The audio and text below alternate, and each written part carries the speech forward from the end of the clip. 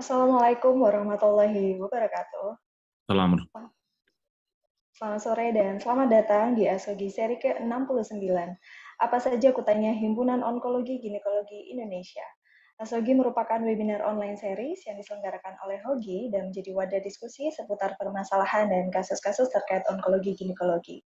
Syukur alhamdulillah bertemu lagi dengan saya Dr. Hoirunisa. Sore ini akan menemani Anda semua tentunya dengan ASOGI.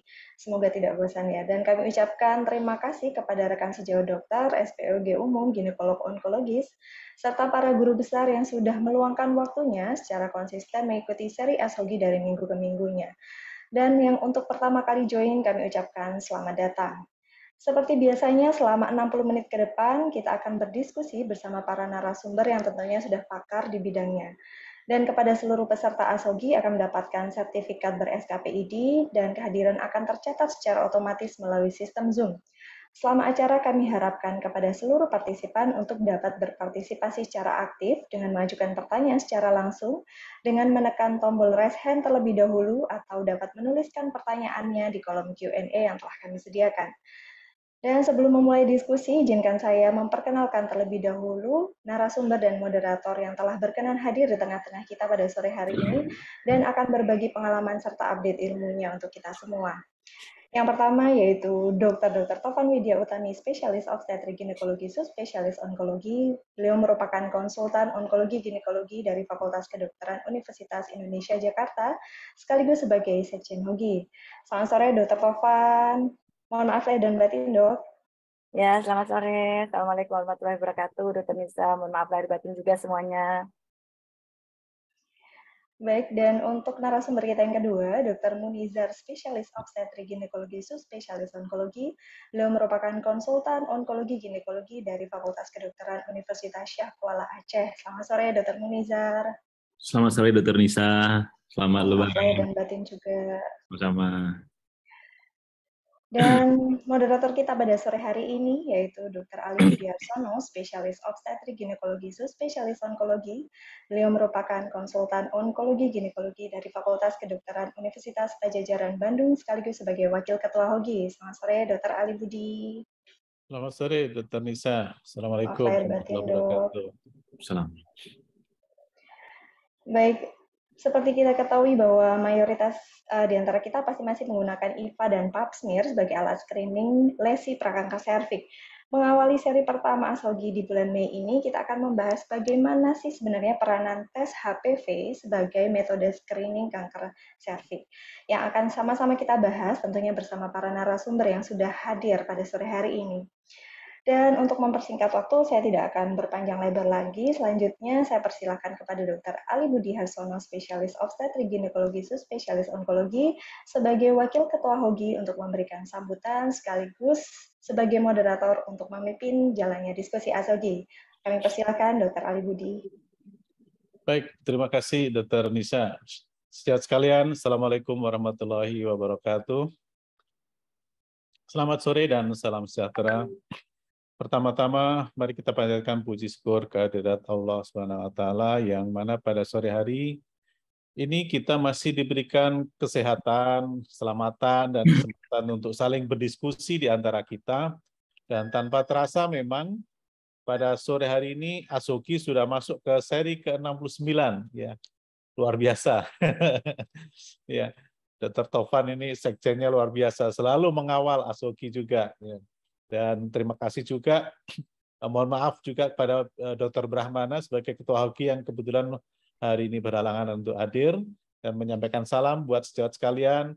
Mohon maaf lahir batin pada seluruh sejawat yang sekalian sore hari ini, dan mudah-mudahan kita semua bisa mengikuti seri 69 ASOGI hari ini yang tentu bahasanya cukup menarik, yaitu tentang HPV sebagai screening test.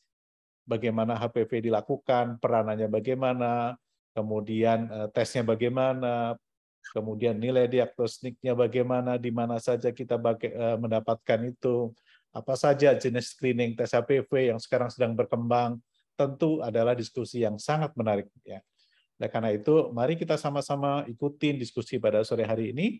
Mungkin langsung saja ya Dr. Nisa ya, karena sekaligus saya sebagai moderator nih, supaya menghemat waktu, supaya kita lebih banyak diskusi dan mendengarkan paparan pertama dari para narasumber dan kemudian nanti kita akan saling berdiskusi. Diskusi pada kali ini narasumbernya mantap kita. Dr. Tovan Widiawati, Sekjen Hogi. Dinda yang cantik ini nanti akan menyampaikan paparannya. Ini beliau adalah konsultan ginekologi onkologi dari Jakarta, dari FKUI. Kemudian juga Dr. Munisar, spesialis obstetri ginekologi konsultan onkologi dari FK Unsia Banda Aceh. Nah, ini orang muda yang sangat energik, berbakat. Kita akan mendapatkan banyak ilmu dari beliau-beliau ini. Saya kira untuk mempersingkat waktu dan kita mulai diskusi pada sore hari ini dengan ucapan Bismillahirrahmanirrahim. Mudah-mudahan ilmu kita mendapatkan manfaat dan dapat bermaslahat buat masyarakat lebih banyak lagi. Gitu ya. Saudara sekalian, jangan ragu-ragu lagi untuk saling bertanya di chat maupun bisa bertanya langsung secara raise hand selama proses diskusi berlangsung. Untuk mengawali, mungkin Dr. Munisar dulu yang akan menyampaikan paparan sebagai bahan diskusi, kemudian nanti Dinda Tovan yang akan menyampaikan juga paparan berikutnya. Kemudian kita lanjutkan dengan sesi diskusi dan tanya jawab. Kami persilakan Dr. Munisar. Baik, terima kasih Dok. Izin saya share screen. Ya, Assalamualaikum warahmatullahi wabarakatuh. Selamat siang, penghormatan dan terima kasih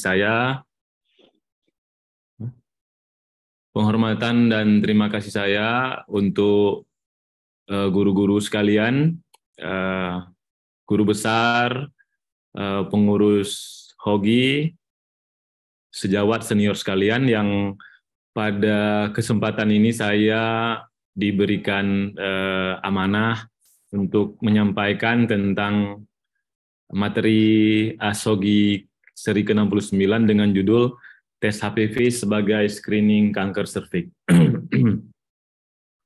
Rabbi shrah li sadri wa yassir li amri wahlul 'uqdatam min lisani yafqahu qawli. Mudah-mudahan apa yang saya sampaikan bisa dipahami dan lancar dan ada ketenangan di diri saya. Ala bizikrillahi tatmainnal qulub, sebagaimana profilnya Dr. Tovan saya lihat tadi di HP beliau. Jadi mudah-mudahan ada ketenangan untuk menyampaikan ini. Baik, tanpa memperpanjang mukadimah, kalau misalnya nanti ada hal-hal yang tidak bersesuaian, mohon saya dikoreksi, karena ini mungkin debut pertama saya di Hogi mungkin, meskipun dalam bentuk webinar. Baik, sebagai latar belakang, tentu kita pahami bahwa kanker serviks masih merupakan masalah global. Pada tahun 2020 itu ada sekitar 600.000 lebih kasus dengan angka kematian lebih dari paruhnya. Jadi masih merupakan kanker yang mendominasi pada perempuan. Dan untuk itu sudah banyak strategi yang dicanangkan, baik itu oleh WHO dan organisasi-organisasi kesehatan lainnya. Di antaranya ada global strategi yang dengan pengharapan sekitar 90% nanti anak-anak gadis itu pada usia 15 tahun sudah tervaksinasi.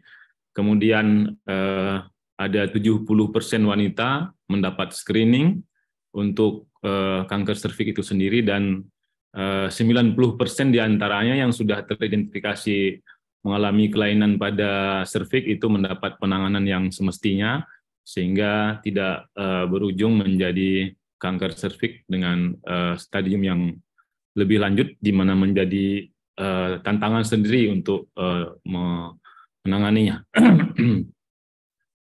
Untuk screening kanker serviks ini sendiri itu ada perubahan paradigma, baik itu tata laksana lesi precancer itu sendiri, di mana sebelumnya dikenal dengan pendekatan screen and treat, yaitu bila kita melihat adanya lesi pada serviks, kemudian itu ditata laksana misalnya dengan krioterapi yang sudah pernah diajarkan di dokter-dokter puskesmas mungkin. Dan kemudian ada pendekatan lain, yaitu setelah diketahui adanya kelainan pada serviks, kemudian membutuhkan suatu pendekatan atau klarifikasi dengan apakah itu dengan kolposkopi, apakah dengan IVA test ataupun dengan HPV test, baru kemudian ditata laksana. Jadi tata laksana itu dikerjakan apabila pemeriksaan yang kedua itu menunjukkan nilai yang positif. Selain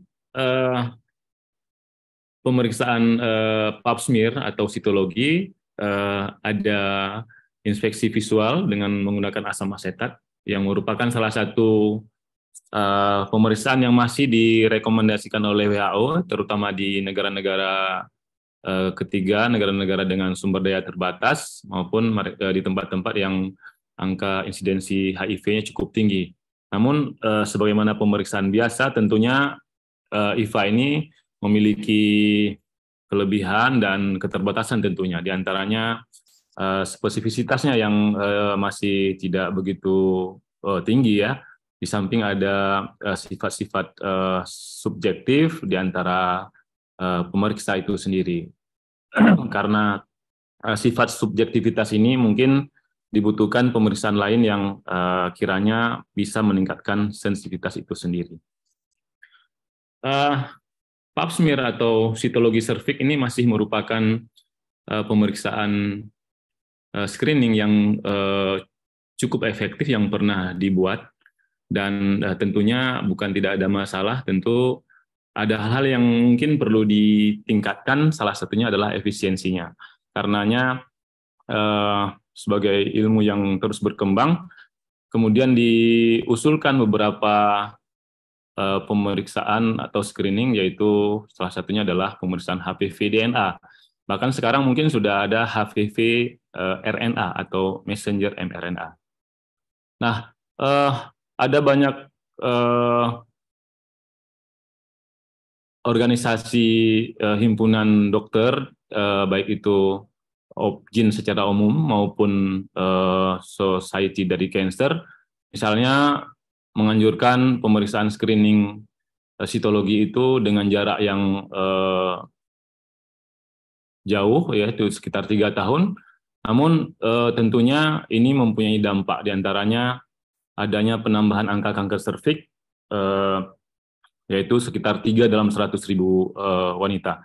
Namun apabila dikerjakan tiap tahun, tentunya berdampak pada cost benefit yang membutuhkan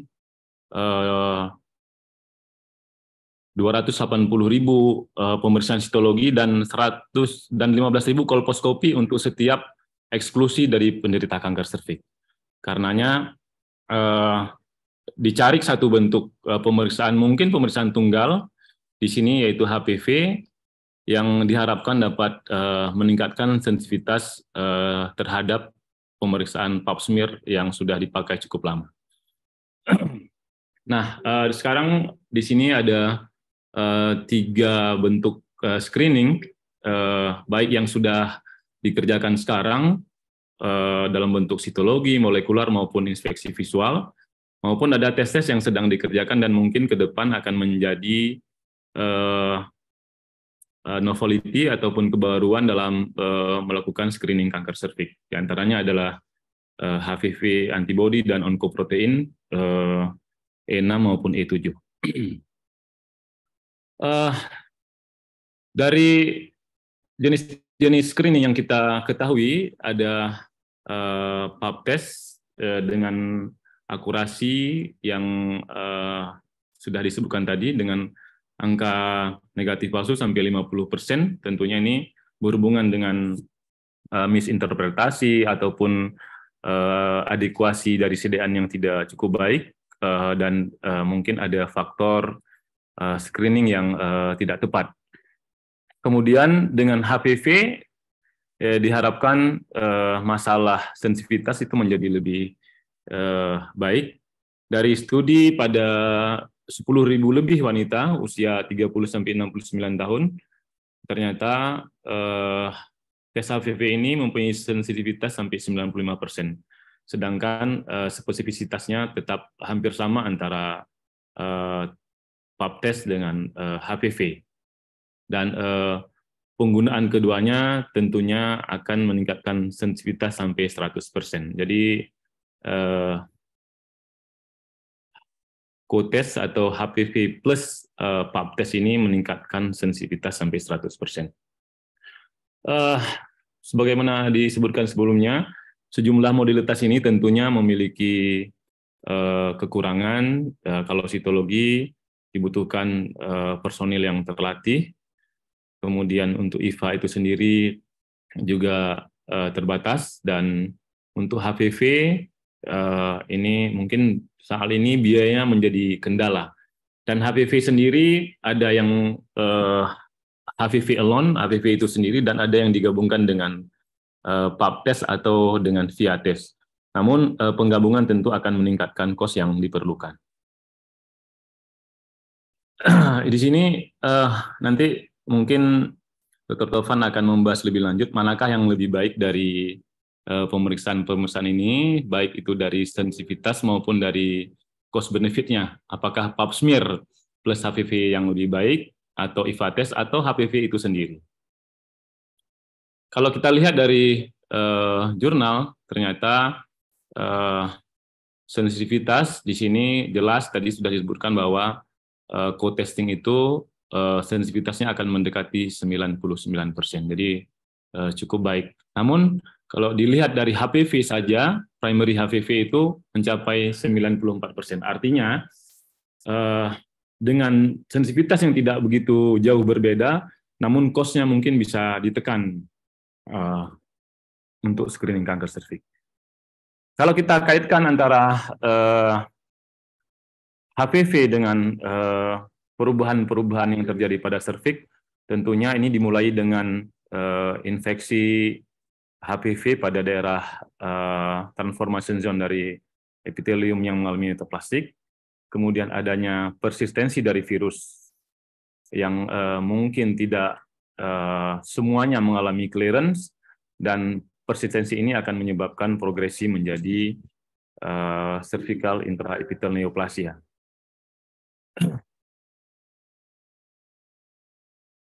Kalau dilihat dari distribusi jenis HPV pada serviks yang normal dan serviks yang sudah mengalami perubahan ke arah invasif, ternyata persentase dari HPV 16-18 ini masih mendominasi, samping jenis low risk lainnya. Itu sekitar 70% diketahui HPV 16 dan 18 itu bertanggung jawab terhadap perubahan pada serviks. Ini adalah salah satu, ada beberapa kasus contoh pasien yang kita kirimkan untuk dilakukan pemeriksaan HPV dengan klinis atypical squamous cell undetermined significant dan cervicitis. Ternyata yang kita khawatirkan adanya HPV, ternyata alhamdulillah hasilnya tidak ada. Ya. Kemudian kasus berikutnya pasien dengan kiriman dari sejawat SPOG umum dengan high grade seal.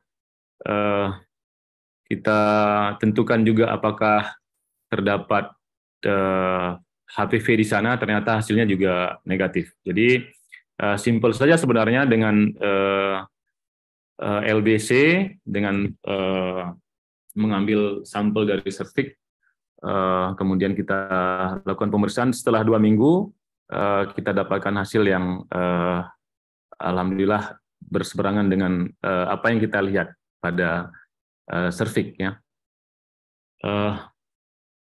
Hasil lab ini tidak ada bukan sponsor, jadi ini karena hanya memperlihatkan bahwa otentik dari pemeriksaan, jadi tidak ada hubungan dengan Calgen untuk acara ini, maaf ya. Kemudian untuk pemeriksaan HPV ini kapan kita mulai kerjakan? American Cancer Society itu merekomendasikan ini dikerjakan setiap 5 tahun, mulai usia 25 tahun. Namun ini ada perubahan, ya, yang bisa dilihat pada tabel berikutnya. Nah, di sini untuk usia 21 sampai 24 tahun yang sebelumnya dilakukan screening ternyata sekarang sudah tidak dikerjakan. Dan umumnya screening HPV ini dikerjakan pada usia 30 tahun ke atas, mengingat prevalensi dari infeksi HPV sangat tinggi pada usia 25 sampai 29 tahun. Namun pada usia ini juga clearance-nya akan juga tinggi, sehingga melakukan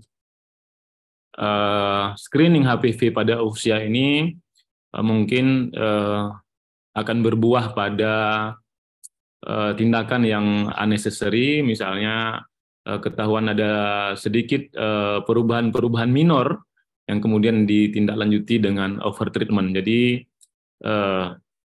ada perubahan dalam hal screening untuk kapan HPV tes itu mulai dikerjakan. Dan untuk penghentian itu dikerjakan pada usia 65 ke atas bila hasil sebelumnya itu normal. Mengutip dari Hogi, tentu ada beberapa hal yang bisa dikerjakan apabila ada pasien dengan keluhan baik itu cervicitis maupun keluhan ingin memeriksakan apakah ada kelainan pada cervixnya, bisa dengan dokumentasi IVA ataupun telekonsultasi DOIVA yang sudah digalangkan oleh Prof. Lela. Kemudian untuk HPV ini tentu sesuai dengan keluhan pasien, misalnya ada keluhan dengan keputihan, ataupun pasien datang dengan abnormalitas hasil pap smear, maka kita akan melihat apakah ada perubahan tertentu pada cervixnya dengan melakukan spekulo dan dilanjutkan dengan pemeriksaan HPV DNA. Baik itu untuk HPV DNA risiko tinggi maupun partial genotyping tipe 16-18. Dari algoritma yang ada bisa dilihat bahwa apabila nanti ketemu HPV positif, maka ini bisa dilanjutkan dengan kolposkopi, tergantung apakah akan ketemu lesi apa tidak. Kalau misalnya tidak ada lesi, bisa dilanjutkan dengan follow up 1-3 tahun, sementara kalau misalnya lesinya positif, bisa dilanjutkan dengan krioterapi maupun elektrokauter. Jika hasil HPV DNA negatif, dianjurkan screening ulang 3-5 tahun. Namun jika positif, ada pemeriksaan lain, baik itu kolposkopi, IVA, DOIVA, maupun pemeriksaan yang ada sesuai resources yang tersedia di tempat kita bekerja tentunya. Nah, jika ada lesi-lesi acetoide, ini akan mengikuti algoritma yang ada di sini. Kemudian untuk pemeriksaan HPV DNA yang digabungkan dengan IVA test, di sini diperlihatkan algoritma bila DNA tesnya positif dan DOIVA-nya juga positif, maka dilanjutkan dengan elektrokauter. Sementara bila hasilnya negatif, ini akan di screening ulang 5 tahun. Jadi ada jarak yang cukup bermakna dan tentunya ini akan mengurangi beban kepada pasien dari sisi biaya mungkin. Dan untuk hasil yang berbeda, misalnya tesnya negatif, sementara dari DOIVA-nya positif, akan dilanjutkan dengan manajemen dengan DOIVA atau tele-DOIVA positif yang juga ada algoritmanya di sini. Nah, untuk sensitivitas gabungan dari pemeriksaan ini itu mencapai 97%. Jadi IVA test dengan HPV test itu cukup tinggi sensitivitasnya. Kemudian dibandingkan dengan pap smear sedikit hanya bertambah, yaitu mencapai 100% seperti disebutkan di awal. Sementara untuk tata laksana algoritmanya sama. Kalau misalnya hasilnya negatif keduanya, itu dilanjutkan dengan screening ulang 5 tahun. Sedangkan apabila hasil positif keduanya dilanjutkan dengan krioterapi ataupun elektrokauter. Sedangkan bila hasil tes HPV-nya negatif dan sitologi positif, dilanjutkan dengan manajemen pap smear abnormal. dan bila tes HPV-nya positif dilanjutkan dengan manajemen HPV DNA HPV risiko tinggi positif. Jadi kapan ini bisa dihentikan pemeriksaannya? Apabila setelah 2 kali berturut-turut co-testingnya negatif dalam 10 tahun terakhir.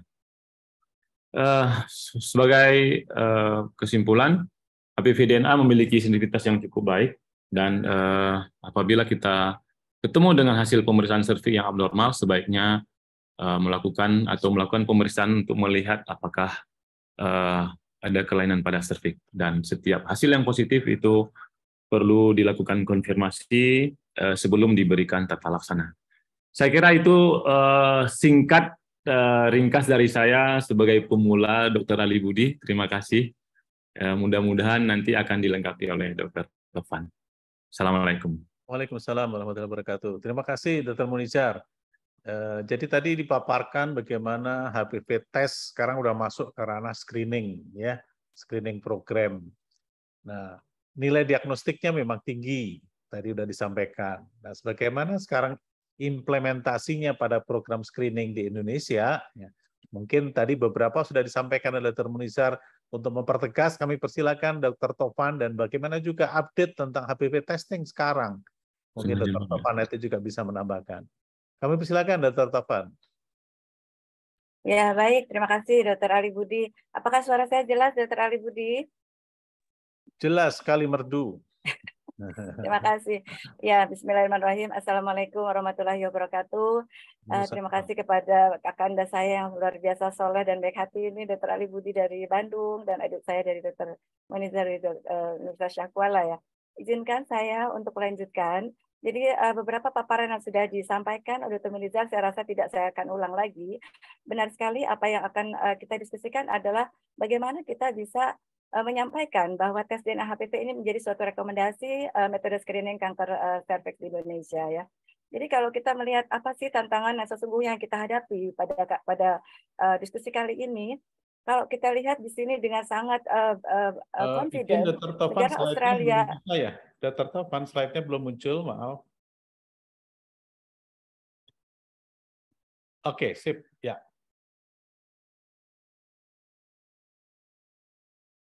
Apakah sudah muncul, Dr. Ali Budi? Sudah, tinggal slideshow. Ya, ini sekarang sudah? Oke, slideshow-nya belum, biar lebih besar. Sudah slideshow? Belum, masih belum. Ke bawah, coba klik bawah. Kenapa ya? Sebentar. Oh ya, sebentar. Yang bawah ada tertapan, maaf, bawah sekali. Kenapa ya? Sebentar, saya stop share dulu.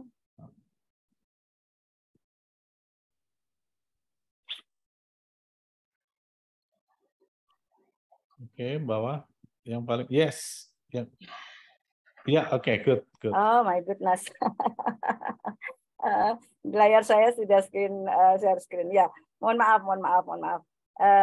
Terima kasih. Assalamualaikum warahmatullahi wabarakatuh. Saya ulang lagi. Jadi memang saya tidak berpanjang lebar, cuma memang menyampaikan tadi message yang terakhir dari Dr. Munizar ya, Dr. Ali Budi, bahwa bagaimana caranya kita mengimplementasikan tes DNA HPV ini sebagai metode screening di Indonesia gitu ya. Jadi kalau kita bicara ini tantangan sebenarnya ya, bahwa negara Australia adalah negara pertama kali yang secara confident menyatakan bahwa negara Australia adalah negara pertama yang bisa bebas ya eliminasi terhadap kanker serviks, dan dia menyatakan bahwa goodbye ya terhadap beberapa viral infection termasuk rubella, dan next adalah cancer cervix ya. Kenapa sih kita bahas seperti ini? Kenapa? Karena tes DNA HPV itu merupakan suatu pemeriksaan yang memang kita bergerak ke hulu ya. Jadi artinya kita tidak menunggu suatu clinical manifestation, tapi memang kita melihat bagaimana sesungguhnya kita melakukan terapi sebelum terjadi suatu gejala gitu ya. Kalau kita lihat memang tidak terpisahkan antara tes DNA HPV dengan vaksinasi, bahwa mengapa Australia begitu confident, karena mereka sejak 15 tahun lamanya sudah mencanangkan vaksinasi terhadap anak perempuan di negara Australia, dan tahun yang lalu mencanangkan vaksinasi terhadap anak laki-laki. Jadi memang mereka menyatukan antara vaksinasi dengan tes DNA HPV. Nah, ini sesungguhnya adalah perjalanan penyakit yang kita tahu bersama, tidak ujuk-ujuk kanker cervix terjadi, dan ini perjalanan memerlukan waktu sampai hingga 17 bahkan sampai 30 tahun lamanya.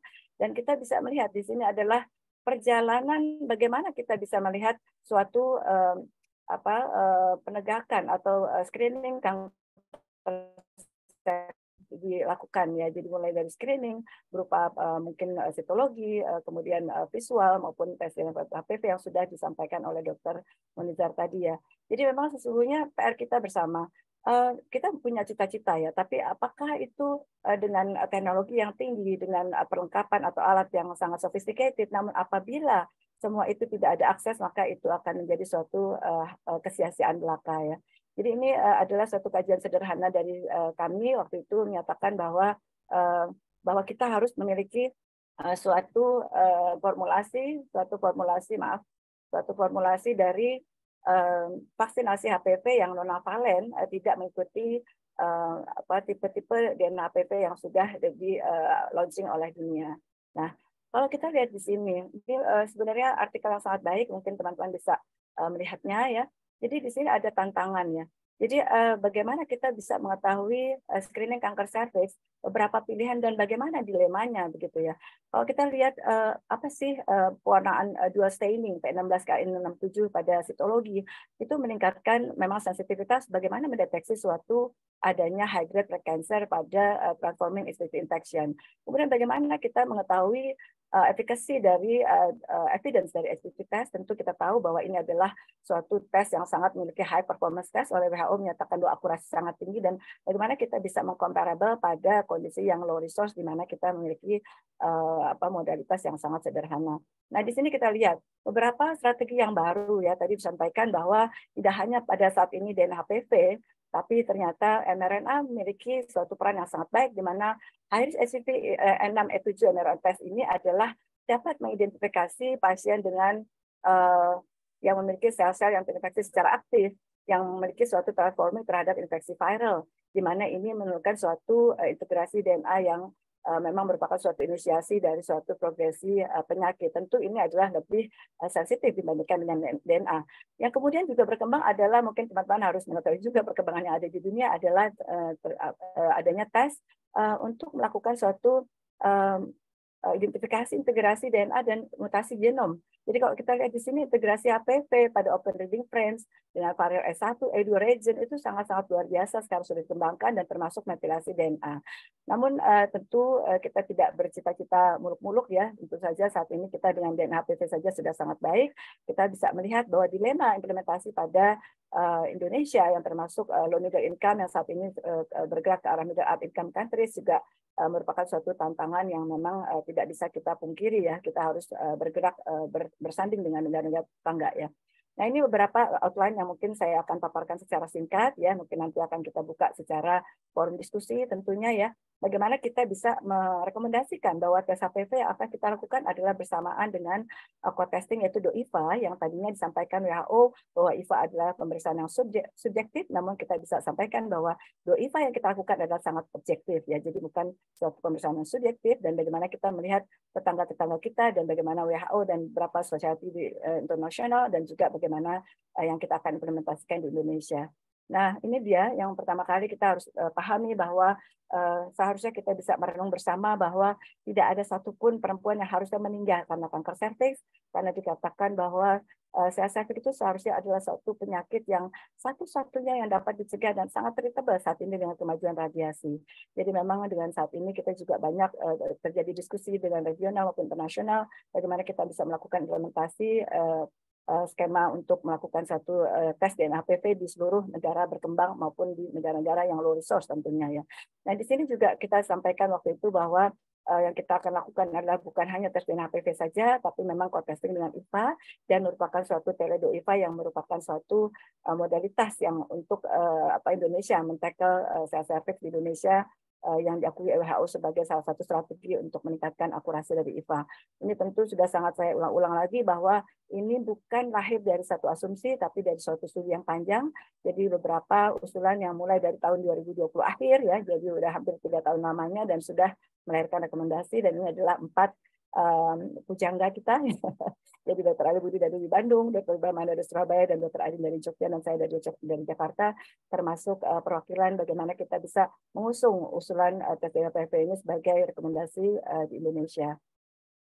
Nah, ini beberapa proses yang saya tidak akan detail ya.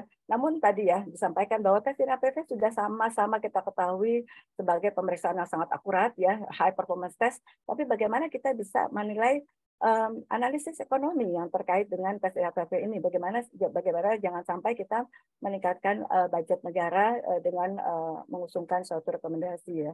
Jadi memang ini sudah dilakukan suatu studi PPK waktu itu dengan cukup panjang, beberapa pertanyaan kebijakan, yang terutama adalah apakah pemberian screening dengan menggunakan HPV DNA pada perempuan di Indonesia merupakan value for money ya, karena memang kita bagaimanapun tetap kita analisis ekonomi itu sangat penting dalam menilai suatu strategi pencegahan kesehatan di suatu negara. Dibandingkan dengan IPA dan PAVMIR, ini progres studinya sudah selesai, saya rasa saya tidak akan ulang, dan ini beberapa kesimpulan dari focus group discussion saat itu bahwa memang tes HPV memang merupakan suatu high performance test, namun dengan adanya beberapa historical yang dibentuk Indonesia, maka Indonesia mengusungkan tes IFA dengan tes HPV sebagai co-testing yang akan dilakukan di Indonesia. Nah, bagaimana benchmark yang akan kita lihat di seluruh lingkungan kita gitu ya. Kalau kita lihat di sini jelas bahwa sejak tahun 2021 WHO menyatakan bahwa HPV DNA itu merupakan suatu screening strategi yang sangat direkomendasikan ya. Ini saya tidak perlu bahas lagi. Nah, tapi bagaimana kita bisa menyesuaikan antara evidence dengan value base ya? Bagaimana kita bekerja di suatu wilayah ya, apa yang sesungguhnya tepat kita implementasikan. Nah, kalau kita lihat dari sejarah bangsa, kita bisa lihat India yang paling lama ya, jadi sejak tahun 1990 mereka sudah melakukan upaya nasional dengan population base dengan IFA. Kemudian juga kalau kita lihat Sri Lanka tahun 1998, juga Thailand tahun 2005. Namun sekarang saat ini kita tidak memandang ya status negara tersebut apakah merupakan low resource ekonomi atau bahkan yang betul-betul low income. Maka semuanya direkomendasikan untuk melakukan suatu tes HPV. Jadi memang shifting away from cytology.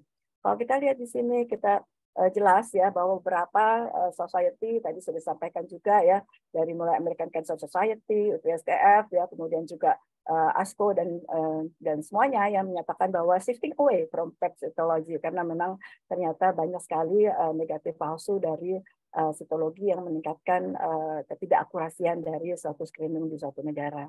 Nah, di sini kalau kita lihat studi tentang analisis ekonomi memang tidak hanya singkat ya, jadi sudah lama sekali, bahkan sudah 7 tahun yang lalu, membandingkan antara HPV DNA dengan yang 16-18 dan non-16-18 dengan yang high risk saja dengan yang tanpa partial genotyping dibandingkan yang sitologi. Hasilnya bagaimana? Kalau kita lihat di sini hasilnya ternyata bahwa dua metode yang paling efektif secara cost adalah memang high risk HPV testing dan partial genotyping.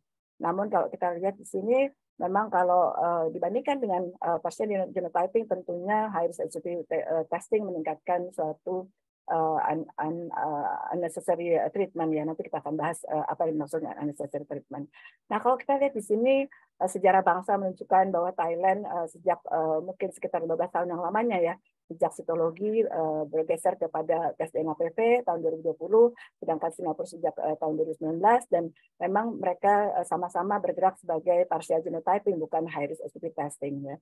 Jadi kalau dilihat di sini juga Bhutan, Sri Lanka yang mungkin secara ekonomi lebih rendah dibanding Indonesia juga sudah bergeser kepada HPV DNA ya. Nah, bagaimana skema implementasi di Indonesia? Ini saya rasa sudah saat saya yang terakhir ya. Tentu kita akan meletakkan diri ya. Apakah kita termasuk pada basic resource setting atau limited resource setting atau enhance ya. Jadi kalau kita bicara tentu cita-cita kita adalah maksimal resource setting-nya. Namun kalau kita bicara saat ini dengan kondisi Indonesia, tentu enhanced resource setting saja kita sudah bagus, yaitu dengan tes HPV, dengan IFA yang kita akan nanti sama-sama bicarakan kapan kita akan melakukan implementasi tersebut ya. Nah, di sini juga ASCO juga secara jelas menyatakan bahwa pada kondisi yang low resource memang krioterapi masih bisa diterima, namun pada kondisi maksimal atau enhanced, krioterapi sebaiknya memang sudah tidak digunakan lagi ya. Nah, tentu kita harus bedakan peran di mana suatu tes screening itu berperan ya. Jadi pada kondisi apakah screening yaitu dengan secara akurat mengidentifikasi perempuan pada kondisi beresiko, atau misalkan pada triase secara efektif dapat merujuk bahwa perempuan itu perlu manajemen atau tidak, atau perlu diagnosis secara definitif ya. Jadi kalau kita bicara dengan beberapa implementasi dari beberapa negara, tentu kita tidak perlu berkecil hati bahwa Thailand sendiri bergerak hampir 15 tahun lamanya, namun secara agresif mereka melakukan suatu upaya akselerasi selama 5 tahun terakhir. Nah, bagaimana dengan WHO? Saya rasa sudah jelas tadi saya sampaikan. WHO masih menyatakan bahwa DNHP itu sebagai high performance test ya. Kemudian beberapa pemeriksaan yang mungkin bisa kita pegang juga pada kondisi misalkan memang low resource, kita memang menggunakan apapun device yang kita gunakan, termasuk kamera yang kita miliki di HP masing-masing dengan IFA, dan itu sangat meningkatkan akurasi dari IFA saja ya. Nah, ini beberapa perbandingan, mungkin teman-teman bertanya tentang bagaimana akurasi tes DNHP menggunakan spesimen urin gitu ya. Bagaimana akurasi tes DNHP dengan self-sampling.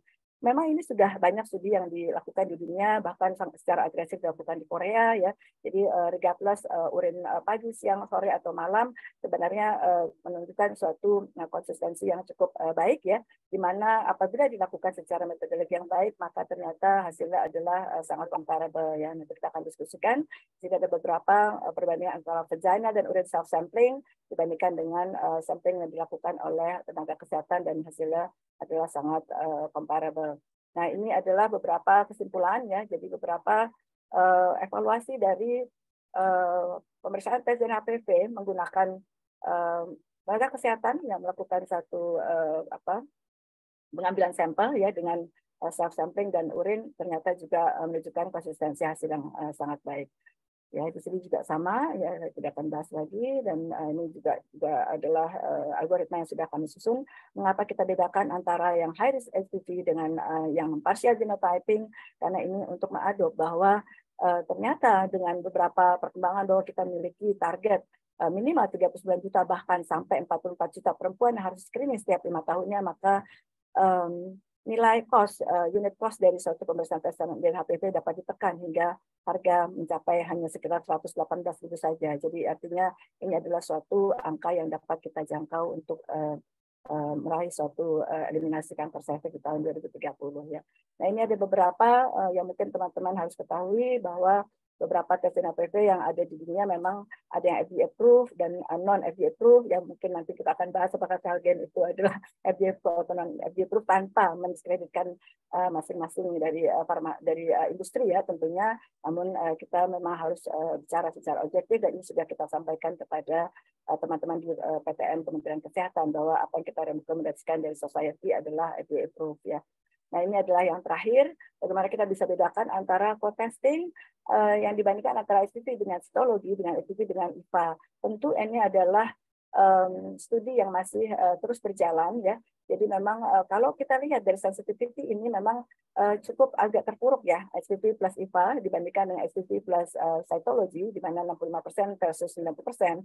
Namun kami saat ini sedang melakukan suatu ongoing study ya, serial case study, mudah-mudahan ini justru bisa membalikkan angka ini, dikarenakan memang banyak sekali di lapangan kita temukan, bahkan pada co-testing dengan ideal setting ternyata ditemukan dengan IFA yang ternyata high grade ya. Jadi mungkin itu saja dari saya karena waktu terbatas, Dr. Ali Budi.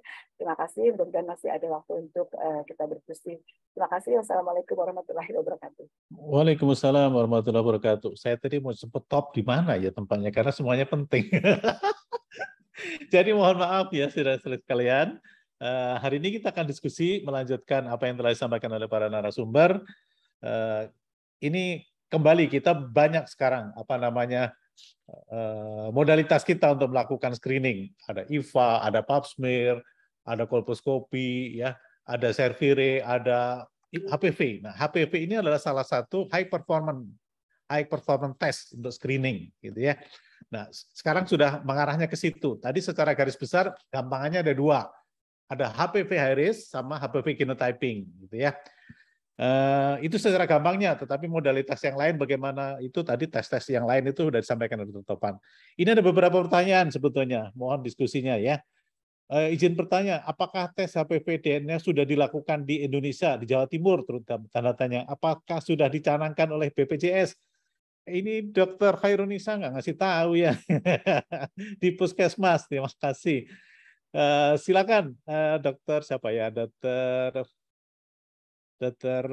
Tovan dulu lah ini ya kali yang lebih menguasai ke wilayah. Ya. Baik, ini mohon maaf nih Dokter Ali Budi, saya suara habis.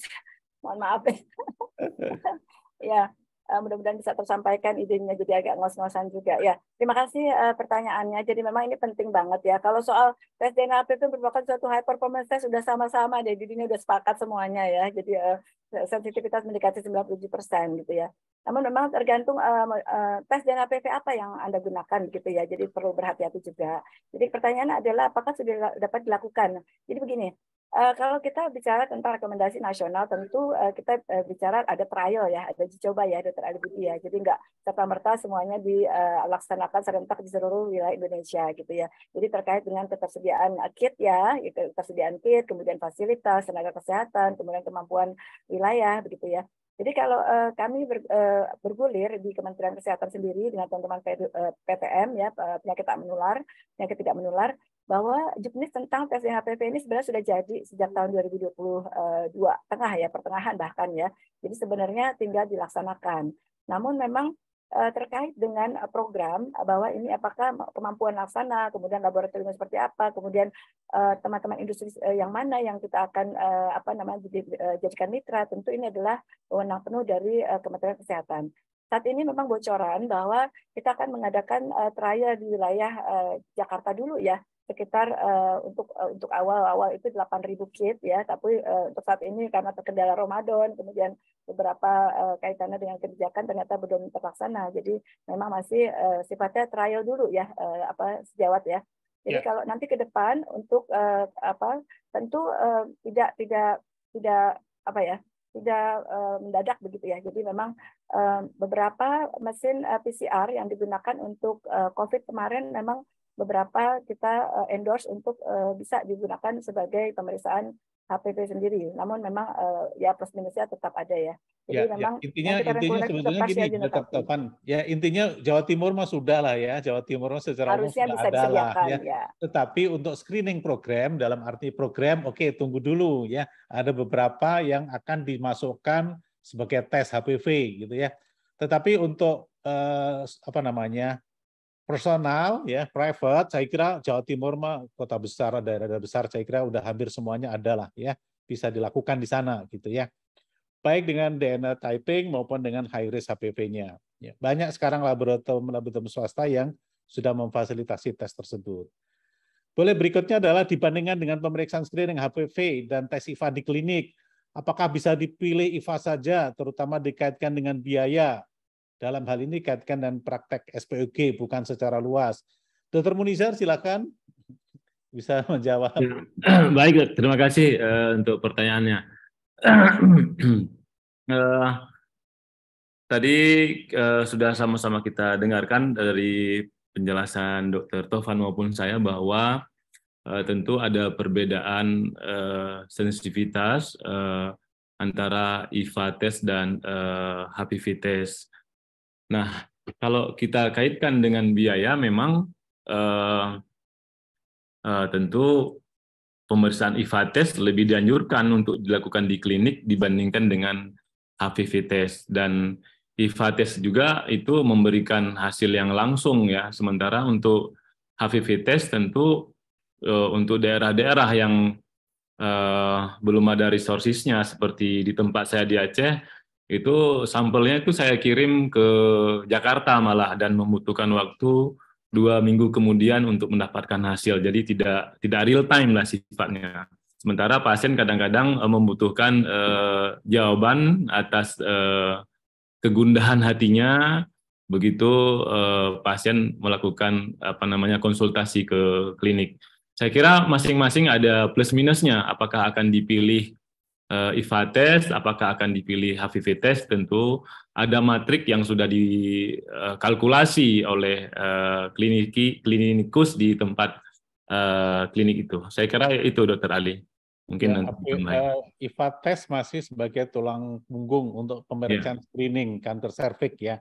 HPV sebagai co-testing nanti tadi yang Dr. Tovan sampaikan sedang dalam taraf uji coba ya beberapa provinsi, Jakarta ya Dr. Tovan ya sebagai uji coba ya. Ini juga masih negotiable dengan pemerintah. HPV test yang mana yang kita gunakan? Apakah kita menggunakan sampel urin yang punyanya cervix scan-nya Bio Farma atau pabrikan yang lain yang harganya jauh lebih murah dengan pap smear? Nah ini masih negotiable ya. Nah ini terkait juga sama pertanyaan kedua, apakah nanti akan ditanggung juga oleh BPJS? Ya, silakan Dr. Tovan. Ya, ini menarik sekali Dr. Ali Budi. Saya rasa ini termasuk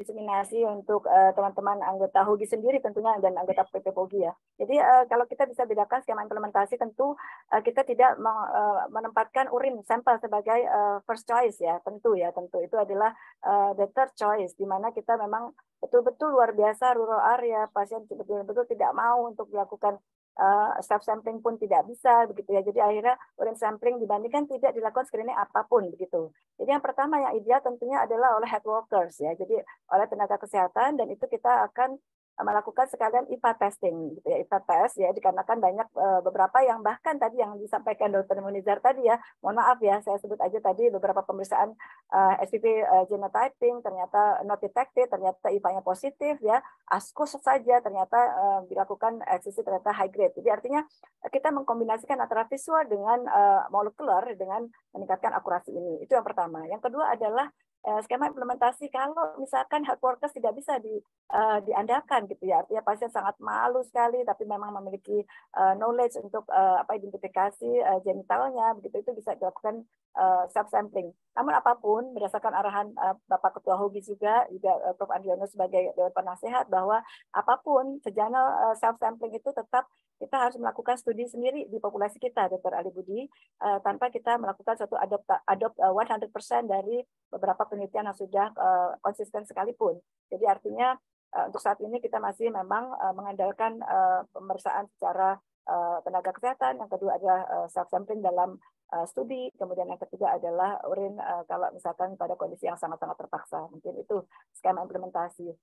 Terkait dengan biaya, saya rasa biaya untuk saat ini untuk IFA 25.000 oleh BPJS, kemudian apa 125.000 oleh BPJS, dan itu kita sudah bernegosiasi kepada BPJS bahwa itu akan kita bisa tekan bahwa SPP akan bisa comparable secara cost dengan pap smear ya, sehingga bisa sangat mampu laksana ya. Baik, terima kasih. Mudah-mudahan HPV seharga pap smear ya, Dr. Tovan ya. Jadi bahkan lebih rendah lagi Dr. Ali Budi. Tapi benefit yang dia dapat nanti ya akan luar biasa ya, ada perhitungannya ya. Tadi Dr. Tovan sudah menyampaikan berapa penghematan yang akan disampaikan ke negara kira-kira kalau menggunakan HPV sebagai screening. Kemudian ada pertanyaan dari Dr. Rudi Gunawan, ini sejawat kita Dr. Tovan. Dr. Munizar, Nyonya 32 tahun, P1, pemeriksaan pap smear-nya low grade seal, tapi pemeriksaan HPV DNA tidak terdeteksi adanya HPV. Dilakukan pemeriksaan ulang pap smear dengan patologi yang berbeda, hasilnya tetap low grade seal. Bagaimana pendapat narasumber dengan hasil temuan tersebut? Silakan, Dr. Munizar. Baik, terima kasih Dr. Ali Budi. Saya kira ini sama dengan kasus yang saya paparkan di slide tadi, ada dua kasus. Yang satu dengan low grade seal, yang satu dengan high grade seal, dua-duanya itu tidak ditemukan adanya HPV. Dan untuk L-seal, saya kira kita sama-sama tahu bahwa nama lain adalah displasia ringan yang bisa saja mengalami spontaneous dissolving ya, bisa sembuh sendiri tanpa dilakukan apa-apa. Namun pada kasus tertentu mungkin klinisinya punya diskresi tersendiri apabila melihat kembali visualisasi dari serviks ada hal yang mencurigakan dan dari sisi fertilitasnya juga mungkin sudah cukup, mungkin bisa dilakukan terapi ablasi di sini, Dok, meskipun terdapat perbedaan antara hasil pemeriksaan HPV yang konon katanya sensitivitas cukup tinggi, namun saya kira itu ada pada keputusan bersama antara dokter dengan pasien, mau diobservasikah untuk displasia ringan ini atau mau dilanjutkan dengan terapi ablasi. Mungkin itu pendapat dari saya, Dr. Ali Budi. Baik, Dr. Tovan, mungkin ada pendapat, ini ada diskrepensi antara sitologi sama testing. Silakan, Dok. Ya, saya rasa menarik sekali ya. Jadi apa yang disampaikan Dr. Mudir saya setuju sekali. Jadi tergantung bagaimana kita ya melakukan penjelasan ya. Kalau kita lihat dari SPP clearance ya, SPP clearance itu dalam 77% per tahun, satu tahun pertama bersih ya. Dalam 2 tahun itu 91%. Namun pada saat ini kita temukan pada awalnya pasien memang sudah not detected ya. Hati-hati sekali ya. Walaupun tadi disampaikan low seal itu mengalami suatu regresi hingga 43%, jadi regresi spontan tanpa dilakukan terapi apapun. Tapi kalau misalkan pasien dengan simptom keputihan atau postcoital spotting, atau kita lakukan IVA saja ya, teman sejawat ya, lakukan IVA visualisasi kalau misalkan memang jelas lesinya, apalagi kelihatannya kereng sekali, kental sekali, suspek high grade, saya malah justru kita bicara pada yang ideal setting, melakukan eksisi, sehingga kita mendapatkan suatu histopatologi secara definitif, kita melakukan penegakan diagnosis, begitu ya. Beberapa pengalaman saya, mohon maaf nih ya, bahkan bukan ASTU saja, LBC negatif dengan SPV not detected ya. Saya temukan beberapa IPA yang positif ya sangat-sangat nyata. Saya lakukan informed consent, eksisi ternyata hasil high grade ya sejawat ya.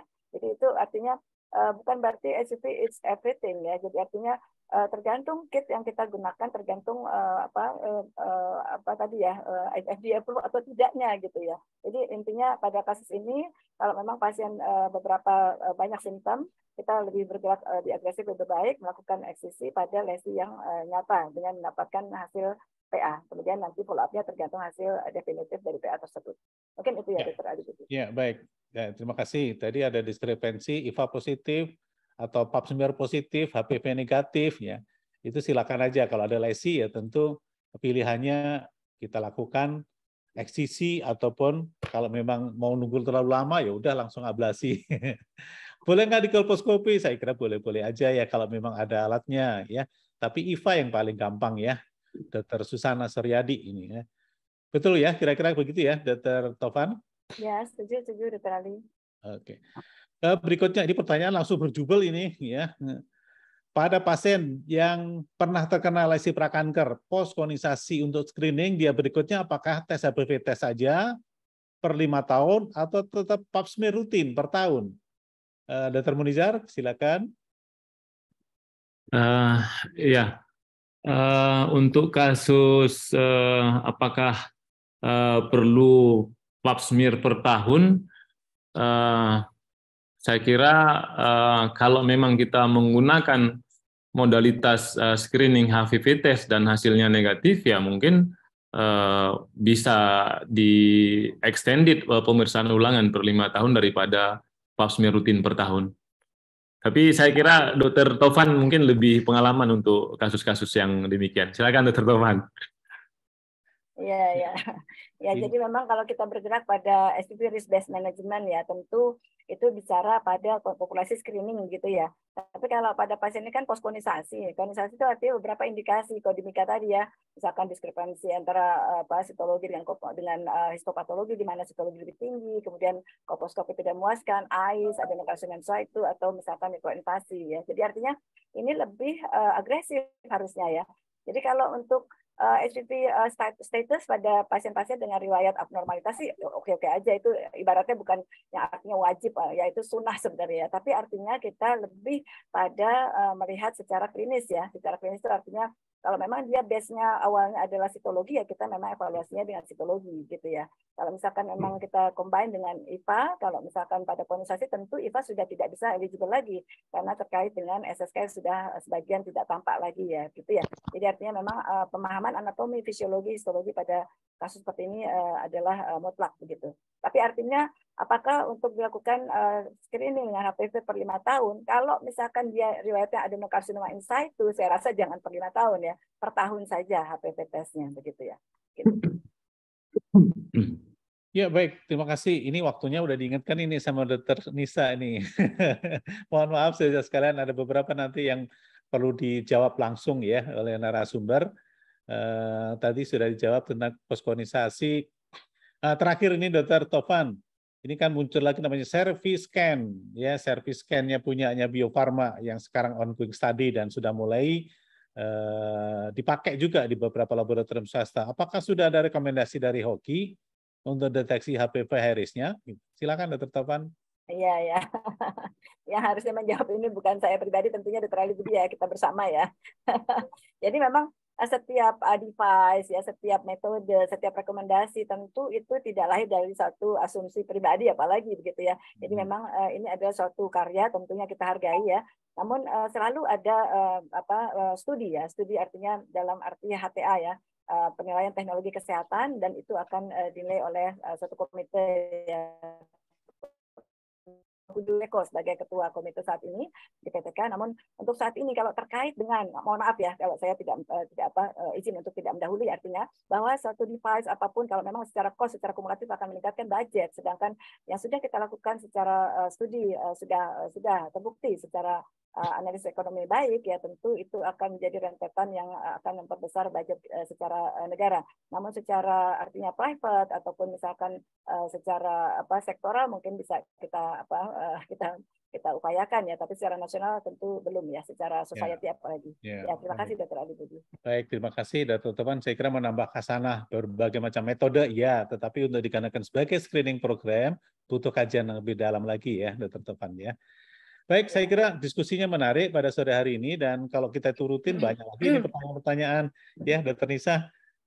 Mudah-mudahan di lain kesempatan kita juga masih ada diskusi lain tentang HPV yang saya kira menjadi topik yang sangat hangat sekarang ini, dengan berbagai macam tesnya, ya, dengan berbagai macam metodenya, apalagi dengan HPV vaksinnya. Nah, saya kira upaya-upaya ini akan mudah-mudahan mempercepat upaya eliminasi kanker serviks tahun 2030. Indonesia tertantang untuk itu, ya. Dan bukan hanya anggota Hoki, tetapi sejawat dokter semua tertantang untuk mencapai goal eliminasi kanker serviks 2030 nanti. Cita-cita bersama, dan mudah-mudahan upaya ini menyehatkan para perempuan-perempuan Indonesia makin sehat, ya, makin makin maju Indonesia ke depan. Terima kasih. Kami kembalikan ke Dr. Nisa sebagai hostnya yang mengawal terus Asogi. Demikian Dr. Nisa. Assalamualaikum warahmatullahi wabarakatuh. Waalaikumsalam warahmatullahi wabarakatuh. Terima kasih banyak, Dokter. Terima kasih kami ucapkan kepada seluruh narasumber dan moderator kita, Dr. Tova, Dr. Muniza, dan juga Dr. Ali Budi atas waktu dan sedekah ilmunya. Semoga barokah ya, Dok. Dan luar biasa sekali, lengkap dan komprehensif penjabaran yang sudah dipaparkan oleh para narasumber kita mengenai HPV test sebagai modalitas screening. Akan tetapi perlu diperhatikan lagi bahwa HPV test sendiri akan lebih jauh baik lagi sensitivitas dan spesifisitasnya bila digabungkan dengan IVA test ataupun pap smear. Baik, tidak terasa sudah 60 menit lebih kita sudah berdiskusi, sampailah kita di akhir acara. Mungkin ada beberapa pertanyaan yang belum bisa terjawab. Di seri yang minggu depan masih bisa disampaikan pertanyaannya, karena di bulan Mei ini kita masih membahas seputar kanker serviks dan juga termasuk tes HPV. Semoga pembahasan kita sore hari ini membawa banyak manfaat. Kami ucapkan terima kasih atas perhatian dan atensi seluruh peserta Asogi, dan jangan lupa untuk kembali mengikuti seri Asogi ke-70 pada hari Rabu tanggal 10 Mei 2023 pukul 15.30 waktu Indonesia bagian Barat dengan tema penata laksanaan tes HPV yang positif. Sampai jumpa di Asogi seri berikutnya. Kami undur diri. Wassalamualaikum warahmatullahi wabarakatuh. Waalaikumsalam. Terima kasih, Dok.